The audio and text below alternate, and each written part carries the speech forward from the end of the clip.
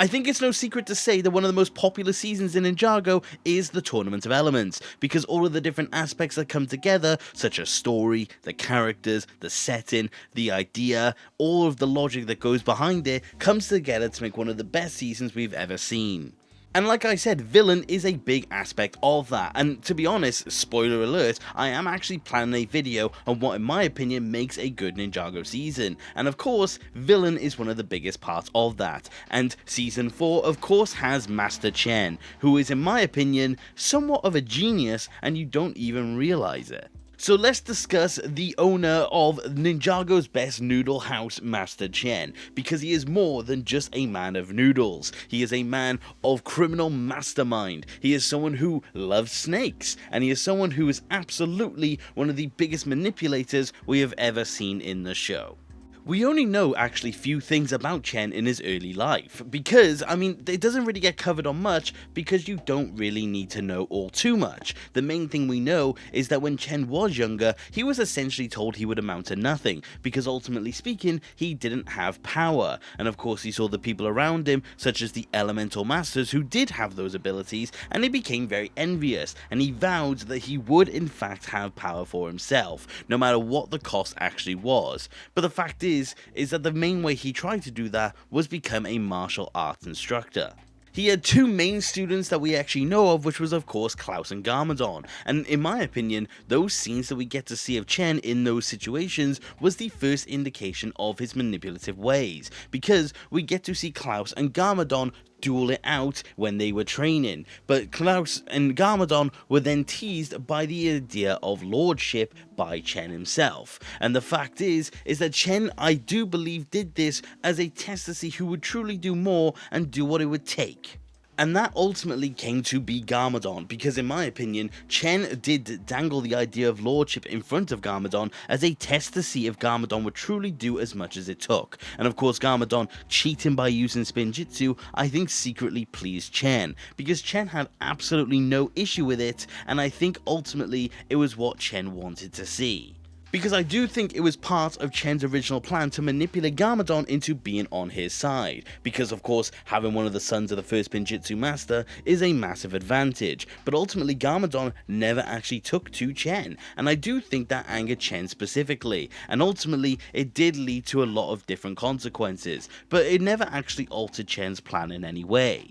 Because Chen ultimately didn't really care for peace, and he ultimately also didn't care about either the Elemental Alliance or the Anaconda Warriors, or the Serpentine in general, and the fact is that if both sides took each other out, it would leave that power vacuum for him specifically. So ultimately, he decided to kickstart the Serpentine War, and even use different techniques to be able to get that war won in his favour, such as asking the Hypnobrai to actually manipulate the Master of Earth into turning against the Elemental Alliance. But the fact is that throughout the entirety of the war, Chen watched on in joy until ultimately the war was lost, and neither side necessarily lost either. The Elemental Masters succeeded, the Serpentine were put into tombs, and the Anaconda generals were banished away. But the fact is that is not the result that Chen wanted.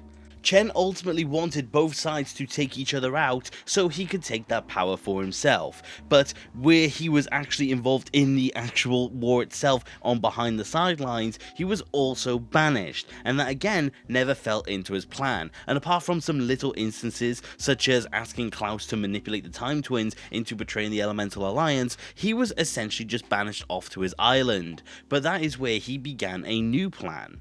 Being that if the Elemental Alliance and the Serpentine weren't going to kill off each other, he was ultimately going to have to do it himself. So he discovered secrets, or dark secrets more specifically, to be able to make himself into that Serpentine warrior that he needed, and then using that ability he would be able to take on the Elemental Alliance. But the fact is that he needed the power to be able to become a serpent, so that elemental power is what he also needed. So instead, he spent decades actually building up his own empire. He of course became Master Chen's noodles, he had all that power behind him, he had followers behind him, he had Klaus learning his magic, and he discovered things on his island that would become very useful, such as a crystal that would be able to hold the elemental abilities. And this is how Chen came to be, and where we end up finding him at the beginning of Season 4. And Chen, right off rip, is shown to be manipulating people around him. Of course, we get to see Chen be able to manipulate all of the elemental masters in some way to be able to come to his island. He frames it as a way to almost honor the elemental powers that they actually have. I mean, we see in the beginning ceremony, we see him talk about all the powers like they're a gift. But the fact is, it's just he was spotting out what he actually wanted. But, like I said, he manipulated everyone to be there, and including the ninja, with of course the temptation of Zane. But he couldn't just sit there and take all of the power for himself. Chen is conniving, he's erratic, he's all those things, and he ultimately loves the game. So, instead of just taking their power while they slept, for example, he played the long game, and he sets up this whole set of games designed by him to be able to take the power gradually, and also without suspicious activities that would ultimately alert the ninja. But the games themselves, like I said, were all designed to really feed into Chen and his own belief. Of course, not only is he manipulative, he's also completely an egotist. So the fact is that he had people thanking him while also him knowing that he was going to steal off of them. And I'm going to be honest, that's not just being manipulative, that's not just genius, that is just being a mastermind. But he just ultimately kept everyone in the dark because he was enjoying himself, and even some of his allies weren't fully aware of the consequences, such as Skylar, his own daughter. But that genius just knew no bounds as we find out further and further into the season. Of course, we get introduced to his Staff of Elements, which is what he uses to take the power, and ultimately it started with just ice and it ended with every single elemental power that was active at the time. Again, just a very interesting way of showing his ability, and also again showing how he was so manipulative to the fact he even showed the elemental masters the very staff he was stealing their power from, and he was so good at it that they didn't even question the fact that he had their powers in the staff, because he framed it as, oh, I'm giving you all of this power. Which is just by all accounts genius. I mean, even the Master of the Mind never really saw through this, and the fact that he was able to do that with no consequence shows the difference, because there are plenty of villains out there who told people their plan and they took it to heart, whereas in this instance, he showed them outright what he was doing and they never even batted an eyelid. It wasn't until Chen officially outsmarted all of the elemental masters they truly realized. It took all of them losing their power to realize that ultimately the ninja were right in what they were doing, and the fact that Chen was able to get away for it with so long was ultimately the showing that he was truly more powerful than we actually realized. It shows how, if you truly just hide behind a joke, you are truly able to do as you please, and people tend to just not even question it, because they just saw Chen as some weird noodle guy who just made a lot of different jokes with a very weird chair, and no one suspected the fact that that chef with the really squeaky voice was actually one of the most dangerous minds we've ever seen in the show. And the fact that this all culminated with him successfully becoming an anaconda, even though, like I said, he again manipulated his own daughter into be able to take her power to be able to do it, showed how he was truly able to accomplish something that not many people were able to do. And in such a public way, it speaks to how far he was able to manipulate the people around him. So overall, is Chen a genius? Absolutely. He planned decades ahead, he manipulated 2 generations of elemental masters, he built his own empire, and he nearly transformed Ninjago into his own image, because ultimately he was only stopped not by the ninja and the entire elemental alliance and the civilians of Ninjago, he was gotten by the spirit of the anaconda cultists who Chen stood no chance against. Ultimately, if they didn't have the person who banished the anaconda cultists, they would have been done for, and Ninjago would have been Chen's. So, even though he might have lost, he truly gave the ninja one of the hardest fights they've ever seen over their lifetime. And honestly, I don't think it's been very often they've come to this kind of level again. And that's why, in my opinion, Chen is more than just a villain. He was honestly just a genius in disguise who truly knew how to spin a person. But before I do end off this video, I do want to make a quick little theory about Chen that I've had for a while now, and I want to know what your guys' opinion on it is. So, a quick little theory time for you guys. But anyways, in my opinion, there is a detail from Day of the Departed that I think is quite interesting.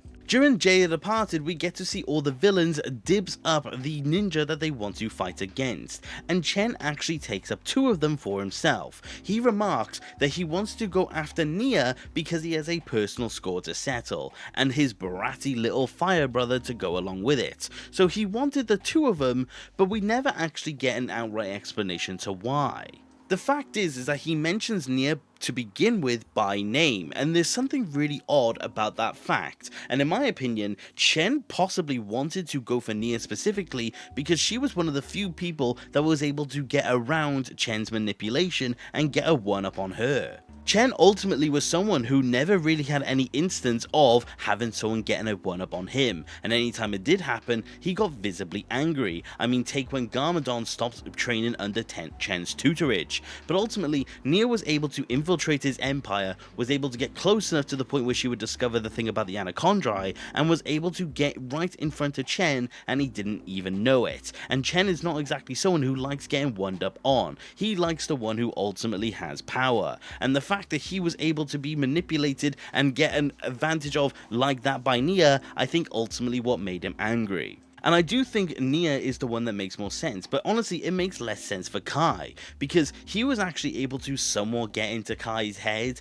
I mean, he's sat there dropping information about his parents in front of Kai, and to an extent, it definitely was working for a while. But the fact is that in the end, even though he betrayed Chen, I don't think it was the actual reason why he also wanted Kai. To be honest, I kind of stand by the theory that the reason he also wanted Kai is because Kai was also the one that stole Skylar's heart, and the fact that Skylar was kind of disconnecting from Chen in favor of Kai, I think is also what interrupted Chen and also made Chen angry as well, and I think that kind of influence is what also made him annoyed at both of the siblings. But that's my theory as to why Chen wanted those 2 specifically for Day of the Departed, and I do think it's interesting to note why those 2 were so high up on his list. Maybe he didn't want Lloyd, for example, for a different reason, but the fact is that he ultimately wanted those 2 very specifically, and he has also noted that he hates the 2 the most, and that is my theory as to why he doesn't like those 2 in particular.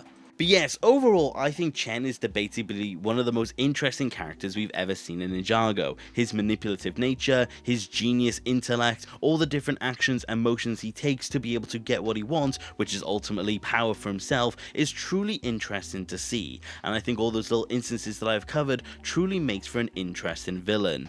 I don't think he's my favourite one, I will say that, but he's definitely up there. But let me know, is he your favourite villain? Do you think there's a villain that's more of a genius than Chen? Do you think there's more to Chen than I've already covered? And do you think there's any other villain in particular that you want to see me go over? But that is about it for today, you guys. Thank you very much for watching. Take care. Okay, bye!